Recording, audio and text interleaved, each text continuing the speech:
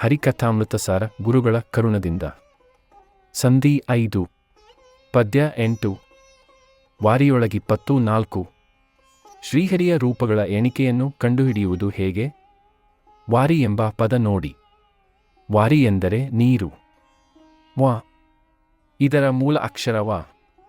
ಯ ರ ಲ ವ ವ ನಾಲ್ಕನೆಯದ್ದು ವಾರಿ. ಈಗ ರಿ ಎಂಬ ಅಕ್ಷರ. ಮತ್ತೆ ಎಣಿಸಿ. ಯ ರ ರ ಎರಡನೆಯದ್ದು. ಅಂತೂ 4 2 ವಾರಿಯ ಸಂಖ್ಯೆ. ಆದರೆ ಒಂದು ನಿಯಮ. ಅಂಕಾನಾಂ ವಾಮತೋ ಗತಿ. ಅಂದರೆ ಅಂಕೆಗಳನ್ನು ತಿರುವು ಮುರುವು ಮಾಡಿ. 4 2 ಈಗ 2 4 ಆಯಿತು. ಆದ್ದರಿಂದ ನೀರಿನಲ್ಲಿ ಶ್ರೀಹರಿಯ 24 ರೂಪಗಳಿವೆ.